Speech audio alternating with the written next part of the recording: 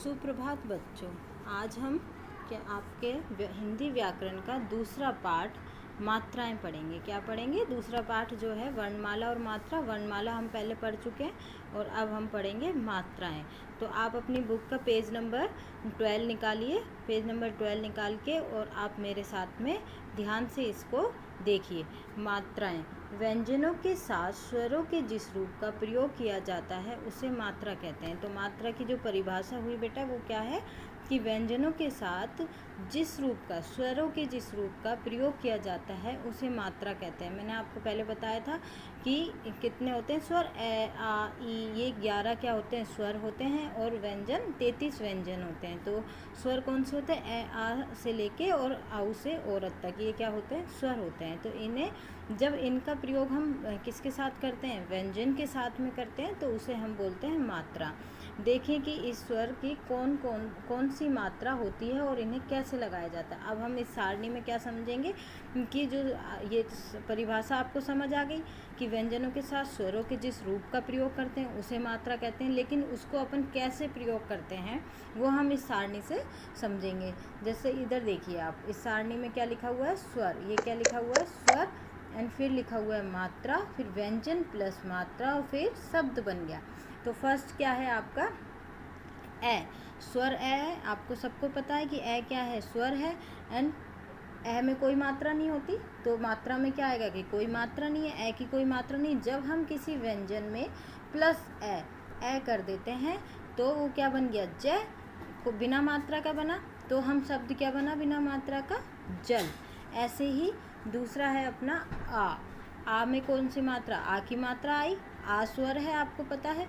तो इसमें क्या होगा कि जब हम आ की मात्रा ये होती है। आ की मात्रा आपको सबको पता है, पहले की क्लासों में आपने पढ़ा भी है।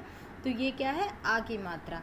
इसको जब हम व्यंजन में लगा देते हैं, द व्यंजन है, आपको पता है द व्यंजन है, तो इसको जब हम आ की मात्रा को लगा देते हैं द में, तो वो क्या बन गया? शब्द बना अपना। वो व्यंजन के साथ द में जब आ की मात्रा लगाई तो क्या बना? दा। और फिर इससे हमारा शब्द क्या बना? दाम। ऐसे ही हम नीचे आ जाइए, ई पर आइए। ये क्या है? छोटी ई। ये भी स्वर है। छोटी ई की ये मात्रा है। और जब व्यंजन क्या है? मैं में जब हम छोटी ई की मात्रा लगाएंगे तो बन गया मी, और मी से शब्द बन गया मिर्च। तो इस तरह से हम क्या करते हैं? व्यंजन में स्वर की मात्राओं का प्रयोग करते हैं और शब्द बनाते हैं। अब बड़ी ई देखिए, बड़ी ई की ये वाली मात्रा है। और ले में जब हमने बड़ी ई की लगाई तो बड़ी ई की मात्रा लगाई तो क्या बन गया? ली, और शब्द क्या बना? लीची। ऐसे ही ऊ में क्या आया? छोटा ऊ। ये क्या है? छोटा ऊ। ये भी स्वर है और इसकी मात्रा क्या है? ये इसकी मात्रा इस तरह से लगती है, छोटा ऊ की मात्रा। और ख क्या है? व्यंजन है ख। ख में जब हम ऊ की मात्रा लगाएंगे तो बन गया खुबानी। क्या बना शब्द? खुबानी। फिर है आपका ऊ, बड़ा ऊ की मात्रा क्या है? ये बड़े ऊ की मात्रा हो गई। बड़े ऊ की मात्रा में फिर जय व्यंजन है। व्यंजन में हम बड़े ऊ की मात्रा लगा देते हैं तो जू, और जू से बना जूस। ऐसे ही री। ये क्या है? री भी क्या है? स्वर है री भी।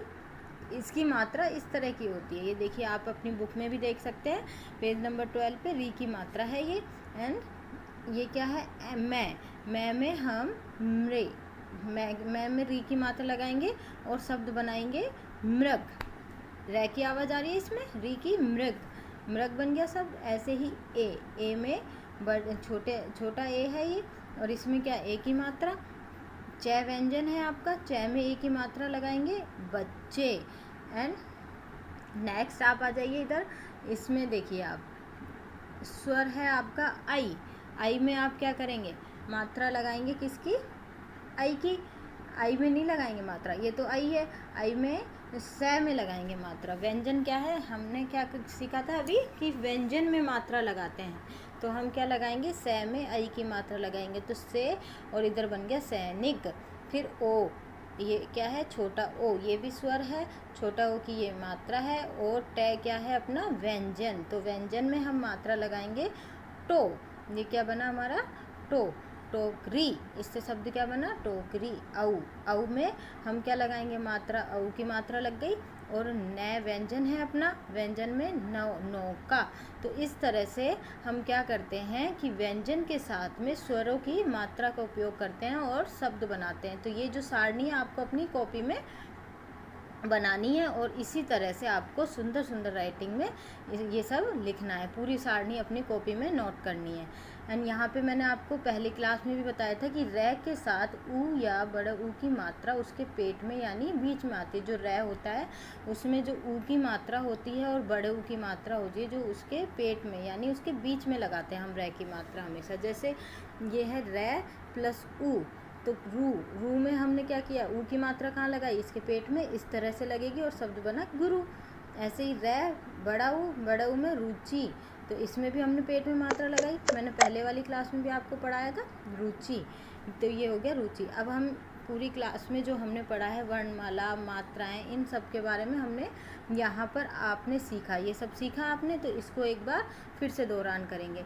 मुंह से निकलने वाली सबसे छोटी ध्वनि को वर्ण या अक्षर कहते हैं। क्या कहते हैं, पहले मैंने बताया था आपको कि वर्ण किसे कहते हैं, तो मुंह से निकलने वाली जो सबसे छोटी ध्वनि होती है उसे जब लिखा जाता है तो उसे वर्ण या अक्षर कहते हैं। दूसरा आपका है, देखो, वर्णों के उचित क्रम को वर्णमाला कहते हैं। ये भी बताया कि वर्ण का जो उचित क्रम होता है उसे हम वर्णमाला कहते हैं। और वर्ण के कितने प्रकार होते हैं, 2 प्रकार होते हैं। वर्ण के 2 प्रकार होते हैं। कौन से होते हैं, स्वर और व्यंजन। व्यंजनों के साथ स्वरों को मात्रा के रूप में लगाया जाता है। देखो ये आ गया ना आपका कि व्यंजनों के साथ में स्वरों को मात्रा के रूप में लगाया जाता है।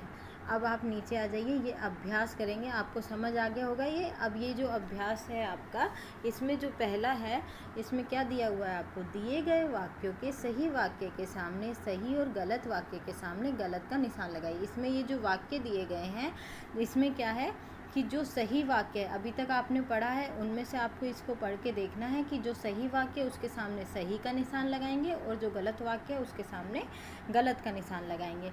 तो पहला क्या है आपका, क्या है, वर्ण को अक्षर भी कहते हैं। आपको पता है वर्ण को अक्षर कहते हैं। तो ये वाक्य क्या है अपना, सही है, तो हमने क्या लगा दिया इसमें, सही का निशान। आप भी अपनी बुक में इस तरह से लगाएंगे। दूसरा है आपका, वर्ण 4 प्रकार के होते हैं। क्या पढ़ा था आपने, वर्ण 4 प्रकार के होते हैं? नहीं, वर्ण 4 प्रकार के नहीं होते। वर्ण कितने होते हैं, 2 प्रकार के। तो क्या लगाएंगे हम, गलत का निशान। व्यंजनों की मात्राएं होती है। अभी हमने पढ़ा है इस सारणी में व्यंजनों की मात्राएं नहीं होती, मात्राएं स्वर की मात्रा होती हैं जो व्यंजनों के साथ में लगती हैं। तो ये भी, इस पे भी हम क्या करेंगे, गलत का निशान लगा देंगे।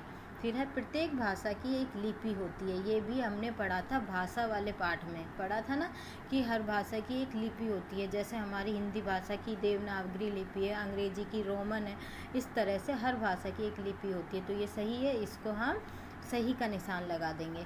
और व्याकरण से हम सही बोलना सीखना, सही बोलना, लिखना और पढ़ना सीखते हैं। व्याकरण से ही सीखते हैं हम सही बोलना, लिखना और पढ़ना। तो इसमें हम सही का निशान लगा देंगे।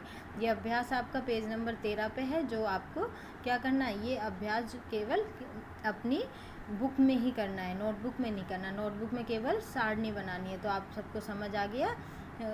सारे बच्चों को सुंदर सुंदर राइटिंग में अपना ये अभ्यास कंप्लीट करना है, किस में, बुक में।